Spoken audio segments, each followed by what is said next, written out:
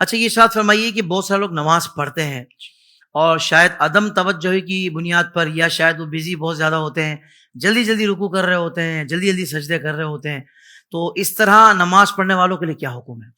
دیکھیں، رکوع، سجود، قوما، جلسہ.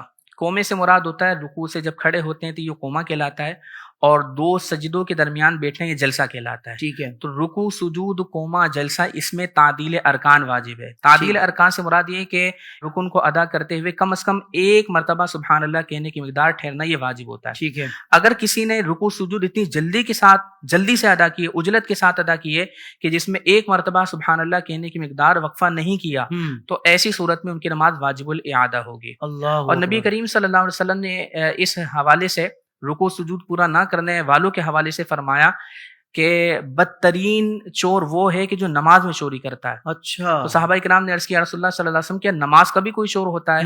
تو سرور عالم صلی اللہ علیہ وسلم نے ارشاد فرمایا کہ ہاں، جو رکوع سجود نماز میں پورا نہ کرے وہ نماز کا چور ہے. اللہ تو خلاصہ کلام یہ ہے کہ نماز میں رکوع سجود اچھے طریقے سے ادا کرنا چاہیے. کم از کم ایک مرتبہ سبحان اللہ کہنے کی مقدار رکوع اور سجود میں ٹھہرنا یہ واجب ہے. جلدی جلدی اجلت کے ساتھ اگر کوئی رکوع سجود ادا کرتا ہے اور اس طرح ادا کرتا ہے کہ ایک بار بھی سبحان اللہ کہنے کی مقدار نہیں ٹھہرتا، اس کی نماز واجب الاعادہ ہوگی اور وہ گنہگار بھی ہوگا. یعنی ایک سبحان اللہ کی مقدار ٹھہرنے سے مراد یہ ہے کہ اس رکن میں وہ پہنچ گیا، یعنی رک گیا، اس کے بعد ایک سبحان اللہ کی مقدار. لوگ تو کہتے ہیں بھائی ہم نے تو جاتے ہوئے ہی 3 سبحان اللہ پڑھ لیے، ہم تو اتنا مطلب کر کے آئے ہیں.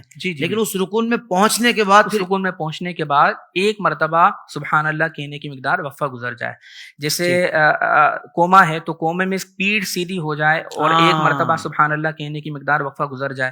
اسی طریقے سے جو جلسہ ہوتا ہے اس میں سجدے سے مکمل اٹھ جائیں تو دوسرا سجدہ کرنے سے پہلے ایک مرتبہ سبحان اللہ کہنے کی مقدار وقفہ گزر جائے تو یہ نماز درست ہو جائے. بالکل ٹھیک ہے، بالکل ٹھیک ہے.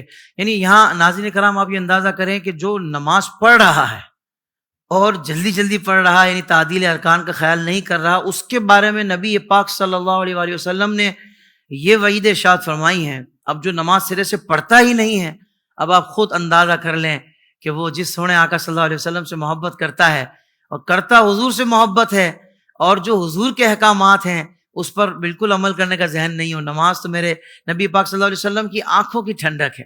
نبی پاک صلی اللہ علیہ وسلم کی آنکھوں کو ٹھنڈک پہنچانے کے بجائے ہم دیگر کاموں کو ترجیح دیں اور ہماری پریارٹیز الگ ہوں اور ہم صرف دنیا میں غرق ہو چکے ہوں، تو اس پر ہمیں ضرور غور کر لینا چاہیے، کیونکہ جب تک سانس ہے تب تک چانس ہے. اللہ تعالی ہمیں سچا پکا نمازی بنا دے.